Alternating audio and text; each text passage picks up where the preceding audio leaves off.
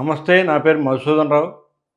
Agriculture consultant. Organic agriculture channel వీక్షిస్తున్న రైతు దేవుళ్ళందరికీ నా నమస్సుమాంజలి.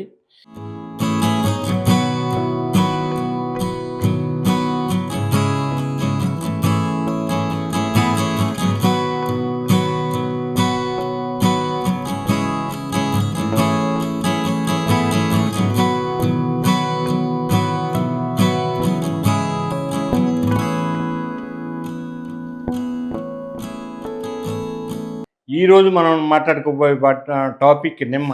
సిట్రస్లో ప్రధానమైంది నిమ్మ పంట అనమాట. చాలామంది రైతులు ఈ మధ్యకాలంలో మమ్మల్ని అడగడం జరిగింది, మీరు నిమ్మ మీద ప్రోగ్రామ్ చేయట్లేదు, ఓన్లీ ఆయిల్ పంప్ మీద చేస్తున్నారు, మేఘం మీద చేస్తున్నారు, మిగతా పంటల మీద చేస్తున్నారు, నిమ్మ కూడా మాకు కావాలి కదా చెప్పండి అనే ఇన్ఫర్మేషన్ గురించి అడిగారు రైతుల కోరిక మీద ఈవేళ నిమ్మ పంట మీద చేద్దాం. దీన్ని యాసిడ్ లైమ్ అని కూడా అంటారు ఇంగ్లీష్లో. ఈ నిమ్మ పంట ప్రధానంగా మనకి ఏపీ స్టేట్లో, పర్టికులర్గా ఏపీ అండ్ తెలంగాణలో కొన్ని బెల్ట్స్ ఉన్నాయి, పర్టికులర్ బెల్ట్స్. ఏపీలో చూసుకుంటే మనకి ఏలూరు, నెల్లూరు, తర్వాత సమ్ పార్ట్స్ ఆఫ్ దిస్ కృష్ణాకి దగ్గరలో ఉన్నాయి మన దుగ్గిరాల, ఈ ఏరియాలో కొన్ని ఏరియాలు ఉన్నాయి. అలాగే తెలంగాణ తీసుకుంటే మేజర్ నల్గొండ, దేవరకొండ, ఇలాగా ఆ సాగర్ దగ్గరలో ఆ సరౌండింగ్ ఏరియాలో ఉన్నాయి నాకు తెలిసి ఇన్ఫర్మేషన్ ప్రకారం. సో ఇలా ఏపీ తెలంగాణలో బాగా విస్తరించి ఉందన్నమాట ఈ పంట. ముందు నిమ్మ ఉపయోగాలు ఏంటనేది మనం ముందు తెలుసుకుందాం. డివోషనల్గా చూసుకుంటే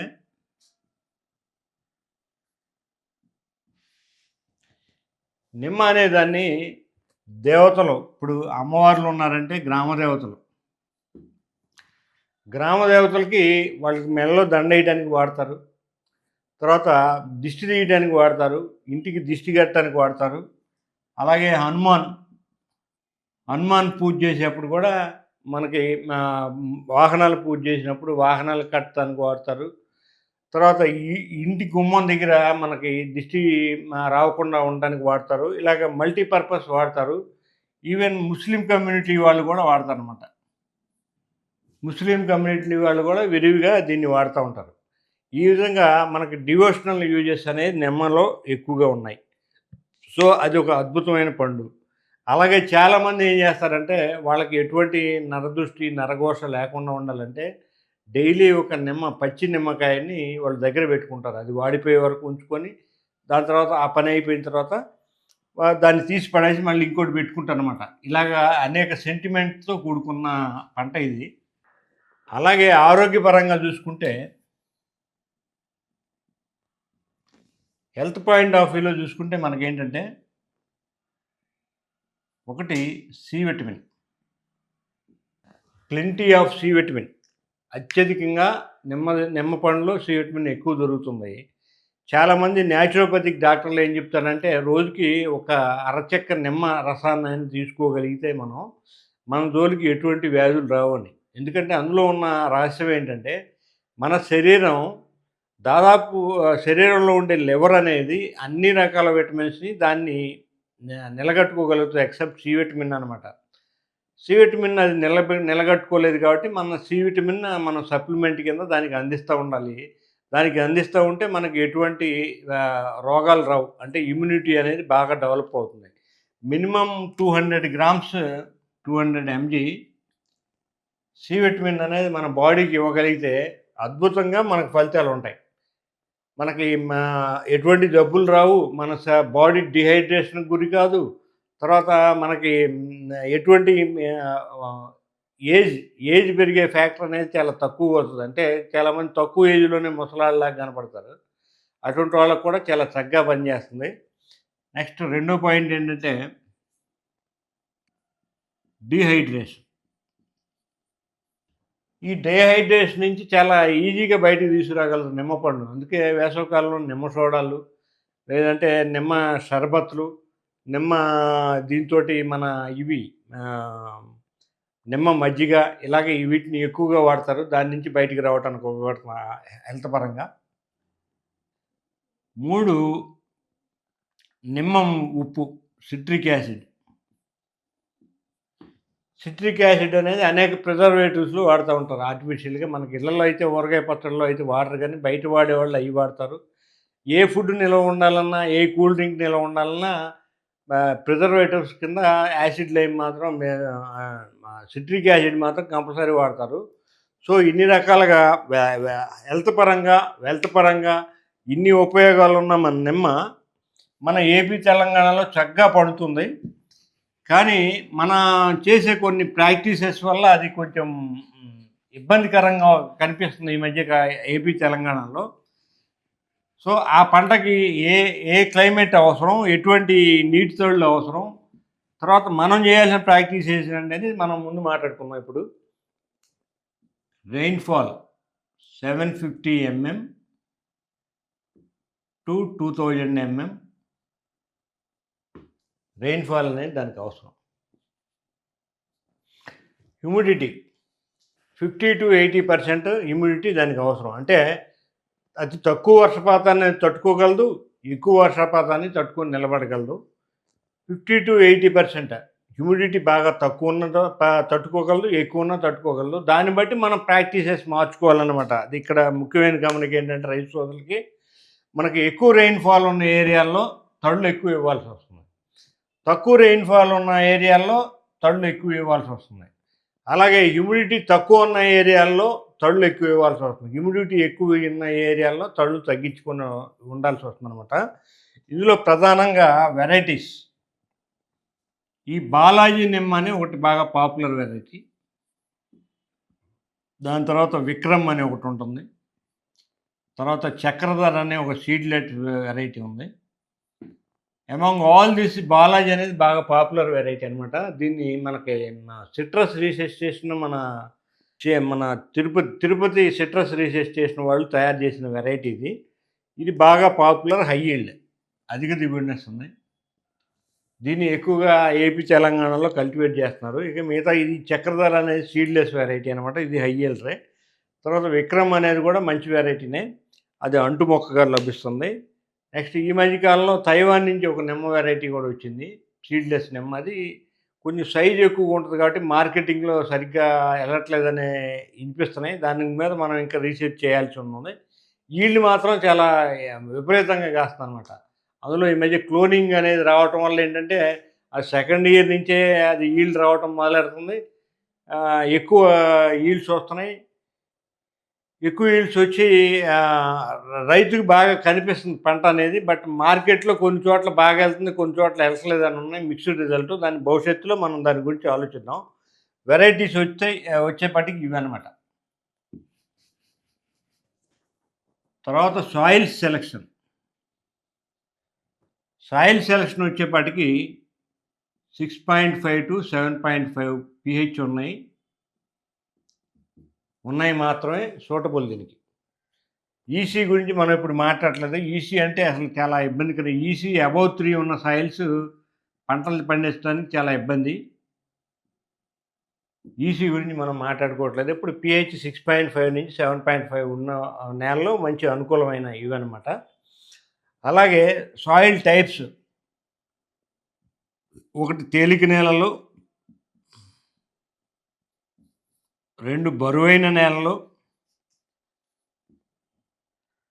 3 రేగడి నేలలు. తేలిక నేలలు అంటే మనకి చిలకా సాయిల్స్ అంటారు కదా, అటువంటి మనకి ఎక్కువగా బరువుగా ఉన్న నేలలు ఊరికే నీరు పెట్టగానే ఇంకిపోయే నేలలు తేలిక నేలలు అంటారు. బరువైన నేలలు అంటే కొంచెం లోమీనెస్, అంటే కొంచెం జిగురు కలిగి ఉంటుంది. దీన్ని లోమి సాయిల్స్ అంటారు. అలాగే రేగడి నేలలు అంటే ఇది కంప్లీట్ జిగురుగా ఉంటుంది, బ్లాక్ కాటన్ సాయిల్ అనమాట. ఈ 3 రకాల నేలలు కూడా అనుకూలం. కానీ పర్టికులర్గా వీటికి డ్రైనేజ్ ఫెసిలిటీ ఉండాలి. డ్రైనేజ్ ఫెసిలిటీ అంటే మురుగునీటి పారుదల సౌకర్యం. మురుగునీటి పారుదల సౌకర్యం ఉన్న నేలలు మాత్రం కంపల్సరీ ఉండాలి. నీరు ఎప్పుడు కూడా విపరీతంగా నిలబడకూడదు. ఈ నేలలను బట్టి కూడా మనం ఇరిగేషన్ స్పెల్స్ మార్చుకుంటూ ఉండాలన్నమాట. అది మనం నీటి యాజమాన్యం దగ్గర మాట్లాడదాం. తర్వాత మొక్కలు నాటే విధానం. ఈ మొక్కలు నాటే విధానంలో ఎప్పుడు కూడా మనం ఏం చేయాలంటే, ముందుగానే కనీసం ఒక నెల ముందుగానే గొయ్యి తీసుకోవాలి. 2x2 వెడల్పులో గొయ్యి తీసుకోవాలి. గొయ్యిని బాగా సమ్మర్‌కి ఎక్స్‌పోజ్ చేయాలి. అలా లేని పక్షంలో మీకు అంత టైం లేని పక్షంలో లోపల ఏదైనా డ్రై మ్యాటర్ వేసి తగలబెట్టాలనమాట. అలా తగలబెట్టిన పక్షంలో ఇది ఈ నిమ్మ జాతి అనేది త్వరగా ఈ సాయిల్ మైక్రోబ్స్‌లో ఏదైనా బ్యాడ్ బ్యాక్టీరియా ఉంటే దానికి ఎఫెక్ట్ అవుతుంది. ప్రస్తుతం జరుగుతున్న పరిస్థితి అదే. చేట్లో చాలా చోట్ల మొక్కలు ఎండిపోతున్నాయి, చచ్చిపోతున్నాయి అంటే ఇలా జరుగుతుంది. అలాగే ఇంకోటి సాయిల్స్‌లో ఒకటి విషయం చెప్పడం మర్చిపోయాము. మీకు కాల్కేరియస్ సాయిల్ ఉంటది. కాల్కేరియస్. ఈ కాల్కేరియస్ సాయిల్ అంటే శుద్ధ అడుగున కనీసం శుద్ధ లేదా సున్నపు చట్టు అంటారు కొన్ని ప్రాంతాల్లో. ఈ సున్నపు చట్టు గాని, శుద్ధ గాని ఉంటే మీకు 7-10 సంవత్సరాల మధ్యలో ఈ మొక్కలు ఊరికే చచ్చిపోతాయి. అటువంటి సాయిల్స్‌లోకి మీరు అసలు ఈ ప్లాంటేషన్ చేయొద్దు. నిమ్మజాతి మొక్కలు ఏవి కూడా అటువంటి ప్రాంతాల్లో మీరు ఇట్లా చేయొద్దనమాట. సో, ఇప్పుడు మొక్కలు నాటే టైంలో మీకు డ్రై మ్యాటర్ ఏసి తగలబెట్టండి. అప్పుడు మొక్కలు నాటుకోండి. మొక్కలు నాటే టైంలో భూమిలో ఎటువంటి సాయిల్ ఇవి బ్యాడ్ బ్యాక్టీరియా గానీ ఇవి లేకుండా మీరు మెటరైజం, ట్రైకోడెర్మా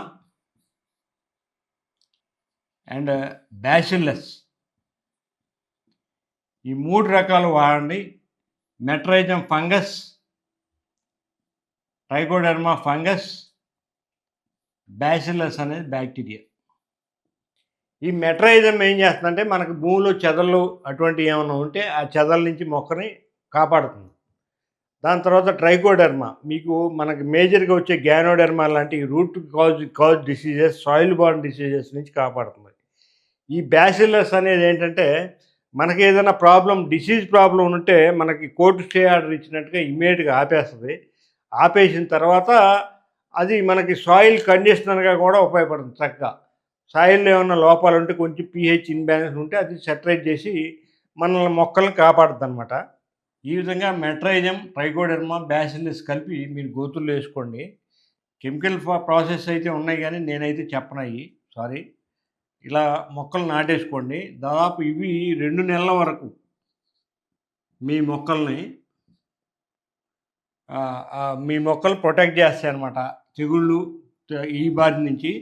2 నెలల తర్వాత మీరు మామూలు రెగ్యులర్ షెడ్యూల్లో మీ ఫెర్టిలైజర్స్ అవి వేసుకోండి. తర్వాత ఇప్పుడు ప్రధానంగా నిమ్మల్లో వచ్చే సమస్యలు చూద్దాం.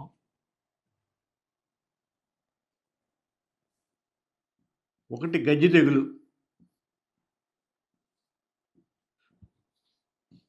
2 గ్యానోడెర్మా. 3 route wilt. 4 గమ్మోసిస్. ప్రధానంగా ఈ తెగుళ్ళు మనకి ఇందులో ఉంటాయన్నమాట. ఈ గజ్జి తెగులునే క్యాంకర్ అంటారు లేదా క్యాన్సర్ అని కూడా అంటారు. ఈ ఆకు మీద ఇలాగ మచ్చలు వస్తూ ఉంటాయి. ఈ మచ్చలు క్రమేపీ కాయ మీద కూడా వ్యాపిస్తాయి. ఈ మచ్చలు కాయలో ఉన్నప్పుడు మనకు మార్కెటింగ్‌లో చాలా తక్కువ రేటు దొరుకుతుంది. ఇదొక బ్యాక్టీరియల్ డిసీజ్ అనమాట. దీన్ని అరికట్టడానికి మనం రెగ్యులర్‌గా సూడోమోనాస్ స్ప్రే చేసుకుంటే అది రాకుండా ఆగిపోతుంది. అలాగే గ్యానోడెర్మా ఇదో ఫంగస్. ఈ గ్యానోడెర్మా అనేది వచ్చినప్పుడు ఏమవుతుందంటే మొక్క మొదల దగ్గర పుట్టగొడుగులాగా వచ్చి మొక్క చచ్చిపోద్ది. ఇది మెయిన్ సాయిల్ బార్న్ డిసీజు. దీన్ని అరికట్టడానికి ట్రైకోడెర్మా వీడి అనేది వాడుకుంటే సరిపోతుంది. అలాగే ఈ రూట్ విల్ట్ రాకుండా ఉండాలంటే మీరు ట్రైకోడెర్మా, సూడోమోనాస్ ఈ 2 కలిపి వాడుకుంటే ఈ రూట్ విల్ట్ అనేది మనకు రాకుండా అవుతుంది. ఈ గమ్మోసిస్ డిసీజ్ అనేది మెయిన్ కాపర్ డెఫిషియన్సీ వల్ల వస్తుందని గతంలో మాట్లాడుకున్నాం. దీనికి కూడా ఈ ట్రైకోడెర్మా,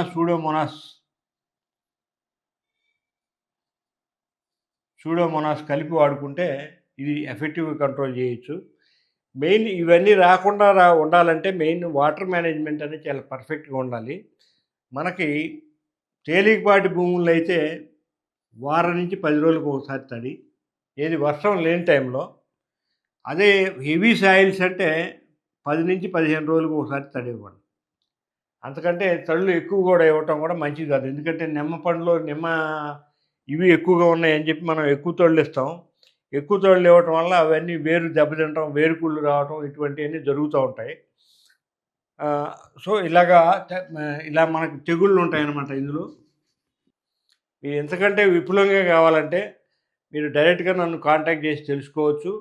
నా ఫోన్ నంబర్ 9515322657. నేను 24/7 రైతులకు అందుబాటులో ఉంటాను. నమస్తే. ధన్యవాదాలు.